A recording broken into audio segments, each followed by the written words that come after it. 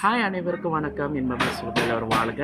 நான் தான் உங்கள் சீன தமிழன் இளைஞ்சா பேசுகிறேன், மகளியம்மா சேனல்லேருந்து.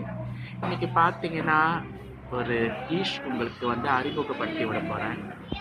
என்னதுன்னா, இந்த நாசிலமான் மலேசியாவில் ஒரு டிஷ் ரொம்ப ரொம்ப ஃபேமஸான ஒரு டிஷ் இது. அதாவது உணவு. அது பொட்டலம் சாப்பாடு.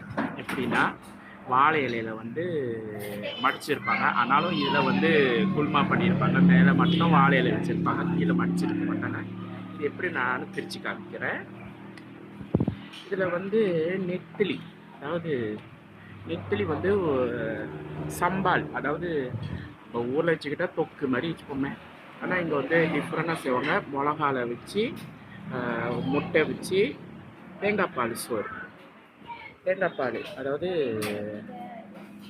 இதில் பார்த்தீங்கன்னா இது நெத்திலிலாம் இருக்குது பாருங்கள். நெத்திலியும் முட்டை, அவிச்ச முட்டை போட்டு இந்த நெத்திலி ஒரு தொக்கு மாதிரி செஞ்சு இந்த தேங்காய் பால் சாதத்தில் வச்சுருப்பாங்க. இது மலேசியாவில் நாசிலமான்னு சொல்லுவாங்க. ரொம்ப ரொம்ப ரொம்ப ரொம்ப மலேசியாவில் ரொம்ப விரும்பி சாப்பிடுவாங்க. பார்க்க போனால் இது தமிழர்களோட பாரம்பரிய உணவு தான். அங்கேருந்து வந்தது தான் சொல்கிறாங்க. ஏதோ இது மலேசியன் ஃபுட் ஆயிடுச்சு. ஏன்னா இங்கே மலேசியா ரொம்ப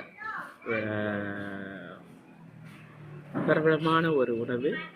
அதுக்கு ஒரு ஐஸ் லெமன் டீ காம்பினேஷன் ரொம்ப நல்லா இருக்கும்.